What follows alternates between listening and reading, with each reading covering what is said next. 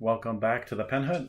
I wanted to continue the previous video with a second one on the second main reason why people get into fountain pens. And I think it has to do with collecting. There's a lot of people that are into collecting things, whether it's baseball cards or magic cards, figurines, movies, books, pretty much anything you can think of. Um, a lot of the things that are pretty sought after nowadays for collecting that are small things. um, a lot of it is just remembering the past. There's a lot of people that collect coins and things like that, so connecting to things from the past. I think with fountain pens, because it's something that we used to use back in the day, pretty much exclusively, other than pencils and things like that. It's something that we're trying to bring back, or something that a little bit of nostalgia maybe. But a lot of people like to collect things. It's just a natural thing to do. Yeah, definitely you can collect erasers, pencils, markers, anything you want. Fountain pens are a little bit different, from what we talked about in the first video, is that you can get your own nib that you prefer for your pen, so it writes exactly how you want it to write, basically. And then depending on the quality of the pen, the nib, everything, that's improved or not, depending on what you want. There are a lot of people that collect them. They don't really use them. They don't write with them really, but they just have them as a collection because they're just so cool to look at. So many different materials, so many different colors. There's many different filling systems. Then there's the whole side of things, which is like notebooks and inks, and different things like that you can go crazy over as well. But I think fountain pens in general, there's a little bit more education out there online with a lot of YouTube videos. There's a lot of forums. There's a lot of Facebook groups, things like that. And I feel like they're getting larger. Even 2 years ago when I started to now, I'm seeing all of those communities that I've been a part of grow. And it's just intriguing to people. I myself have given away some of my entry level fountain pens that I have to other people that are just kind of curious, and they're fascinated by them, because they don't write like a ballpoint pen. You do have to, um, I don't know, I guess appreciate them. You do have to like take care of them a little bit, and respect them. You can't just throw them around or beat them up or whatever. They don't look like something you want to beat up.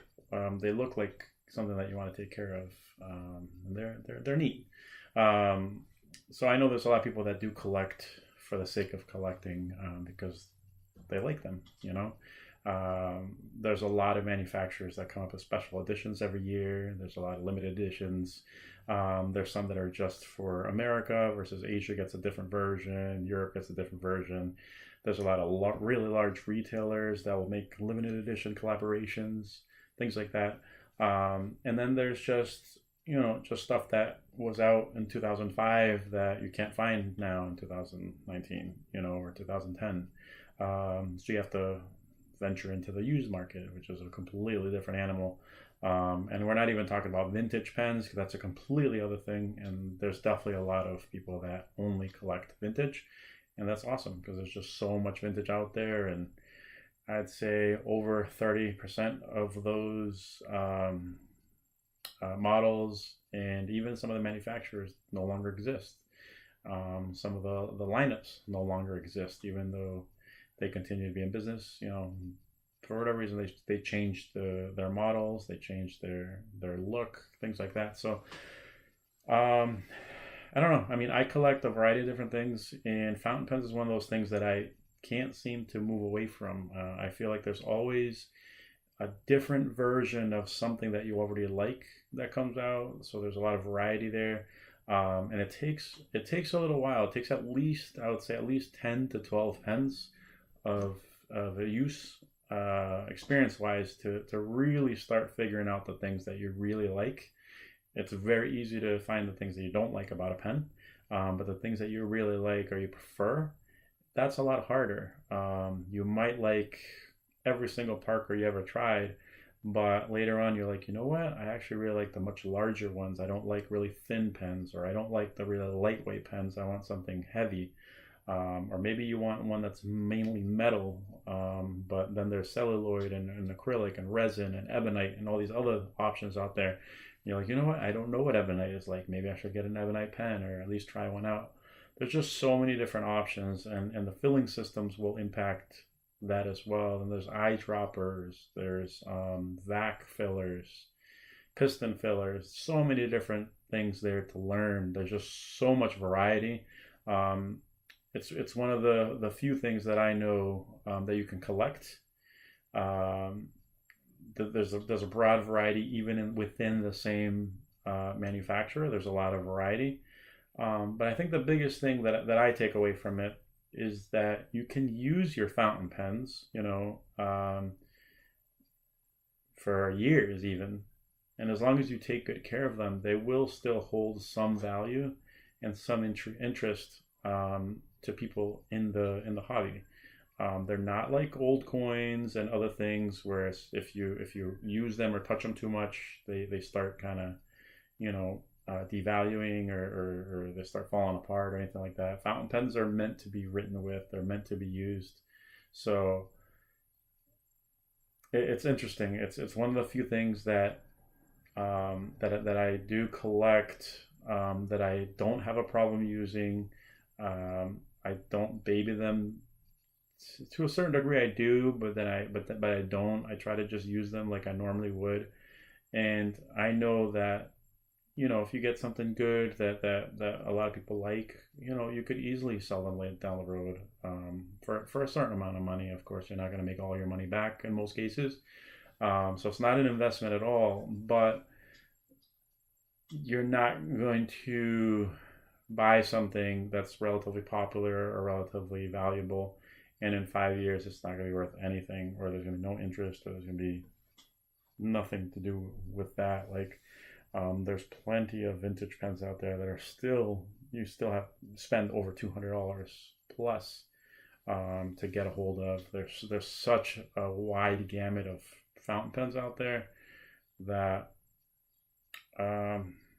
yeah, I mean, I've definitely walked away from collecting or buying for a little bit because it gets very expensive.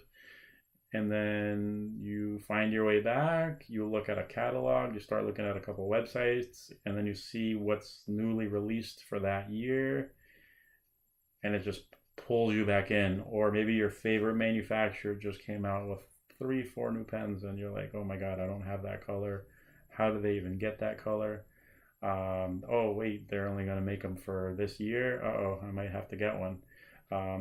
And then obviously going to shows and looking at other people's pens, getting on Facebook groups and other groups will really open your eyes to all that's out there. And there's just so much. There really is. You don't have to climb the ladder to $200, $500, $1,000 pens. You could easily do a budget of under $120, $150, and have a ton of different pens to choose from, both current and vintage. And once you get into more of the custom pens, then honestly, sky's the limit. You can customize pretty much anything at that point if you know where to go and you like the work that people do. There's a lot of custom pen manufacturers that are very well respected. So bringing it back to the first video, it's a very custom product, so you can either customize it yourself, requesting specific things at the time of purchase, or you just collect very specific things that you like and just go from there. But I don't know, it's so hard to really explain it.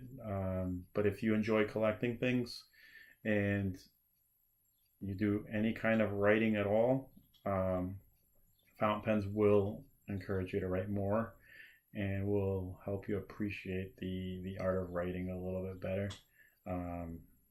It's just a wonderful thing. So I don't know how you got into collecting or how you got into fountain pens or why you're sticking around. I just know that it's fun. I have my own little collection, which I will share at some point as well. A updated video on that, and kind of show where my interests have gone and what I'm checking out these days. So thanks for watching, and definitely put some questions underneath here on any topics that you'd want me to go over. I do want to go over some of my newer pens that I've acquired as I get a little bit more practice with them and kind of see what they're about. And I will have more videos coming in. So once again, thanks for watching.